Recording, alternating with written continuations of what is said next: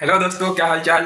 ठीक है एकदम। तो आज हम पढ़ने वाले हैं हमारा नया टॉपिक जिसका नाम है electric field due to uniformly charge ring. एक यूनिफॉर्मली चार्ज रिंग के द्वारा कितना इलेक्ट्रिक फील्ड होता है उसके सेंटर पे, उसकी एक्सिस के किसी पॉइंट पे, इन्फिनिटी पे जो है वो क्या होता है, और फिर हम देखेंगे उसका एक ग्राफ।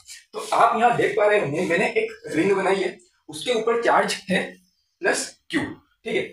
और मैंने उस रिंग के सेंटर से एक्स डिस्टेंस पे एक पॉइंट लिया है पी। ठीक है। इस रिंग का रेडियस है कैपिटल आर। और अगर हम एक्सिस पे देखें, यानी कि पॉइंट पी पे जो है वो हम देखें इलेक्ट्रिक फील्ड इस रिंग के द्वारा, तो आप पाएंगे कि ये वाला पॉइंट कुछ इस डायरेक्शन में इलेक्ट्रिक फील्ड लगाएगा, ये वाला पॉइंट कुछ इस डायरेक्शन में लगाएगा। ठीक है। ये सभी पॉइंट मिलके ऐसे ऐसे ऐसे ऐसे इलेक्ट्रिक फील्ड को लगाएंगे। और होगा क्या, अगर हम इन सब इलेक्ट्रिक फील्ड का कंपोनेंट करेंगे तो जितने भी कंपोनेंट वाई डायरेक्शन में यानी कि वर्टिकल आएंगे वो सब आपस में कैंसिल हो जाएंगे। ठीक है। और जो हॉरिजॉन्टल कंपोनेंट हमारे पास आएंगे उनका नेट निकल कर क्या आएगा, ई। ठीक। तो वही ई हमने यहाँ पर कैलकुलेट करके डायरेक्ट लिखा है जिसे हम कह रहे हैं ई एक्सिस। तो वो हमारे पास आता है k q x upon x square plus r square की होल पावर 3/2।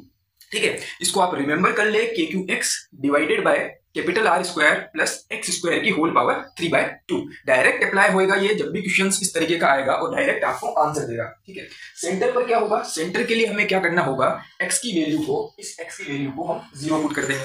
ठीक है। कि एक्स की वैल्यू को हम क्या पुट कर देंगे, 0 पुट कर देंगे। तो जैसे ही हम एक्स की वैल्यू को 0 पुट करेंगे, यहाँ पर एक्स है तो पूरा टर्म क्या हो जाएगा, 0। तो ई एट सेंटर हमारे पास क्या आ जाएगा, 0। यानी कि रिंग के सेंटर पर इलेक्ट्रिक फील्ड क्या होगा, 0 होगा। ठीक। अगर इंफिनिटी की हम बात करें, तो अगर मान लीजिए x को हम इंफिनिटी लें और पूरी कैलकुलेशन हम इस फॉर्मूले में रख के करें, तो हमारे पास ई इंफिनिटी जो है वो क्या होगा, वो हमारे पास यहाँ पर 0 हो जाएगा। देखिए यहाँ पर मैं जो है वो आपको कैलकुलेशन नहीं करवाने वाला हूँ, डायरेक्ट जो फॉर्मूला है वो यहाँ पर बता रहा हूँ, क्योंकि कंपटीशन लेवल के जितने भी एग्जाम है, चाहे वो नीट हो, जेई मेंस हो, या इसरो का एग्जाम हो, या फिर कोई भी गवर्नमेंट बॉडी का एग्जाम हो जिसमें 11-12 की फिजिक्स आती है, वहां जो है वो डेरिवेशन नहीं काम आता। वहां डायरेक्ट फॉर्मूला डालो और आंसर प्राप्त करो। ठीक है। अब ई की मैक्सिमम वैल्यू कहां पर अपन को मिलेगी, वो मिलेगी जब x की वैल्यू या तो प्लस r/√2 हो या माइनस r/√2 हो। मतलब जैसे ही आप प्लस r/√2 या माइनस r/√2 यहाँ पर पुट करेंगे तो आपको e की जो है वो मैक्सिमम वैल्यू यहाँ पर मिल जाएगी। ये जस्ट हमने केवल कर्व बनाने के लिए यहाँ पर कैलकुलेट करी है। ठीक है। ई मैक्सिमम कितना होता है वहां से क्वेश्चन कभी नहीं आया आज दिन तक, केवल हमने इसको कर्व बनाने के लिए यहाँ पे लिखा है। ठीक है। अब कर्व की बात करें तो कर्व हम यहाँ पर ड्रॉ करेंगे इलेक्ट्रिक फील्ड और एक्स एक्सिस, एक्स जो कि डिस्टेंस लिया था हमने एक्सिस का, उनके बीच में हमने वाई एक्सिस पे जो है वो इलेक्ट्रिक फील्ड लिया है और एक्स एक्सिस पे हमने जो है वो डिस्टेंस लिया है रिंग के सेंटर से। ठीक है। तो आप पाएंगे कि जब हमने सेंटर पर देखा था तो वहां पर इलेक्ट्रिक फील्ड क्या था, वहां पर इलेक्ट्रिक फील्ड 0 था।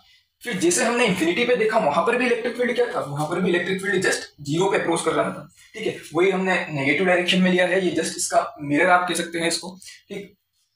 और अगर हम देखें कि ई की वैल्यू मैक्सिमम हो रही थी r/√2 और माइनस r/√2 पे, तो ये हमने मैक्सिमम इनके पॉइंट ले लिए और जैसे ही हमने कर्व ट्रेस करा तो इस तरीके का कर्व जो है वो आपको यहाँ पे मिलेगा। ये कर्व जो है वो आपको याद रखना है।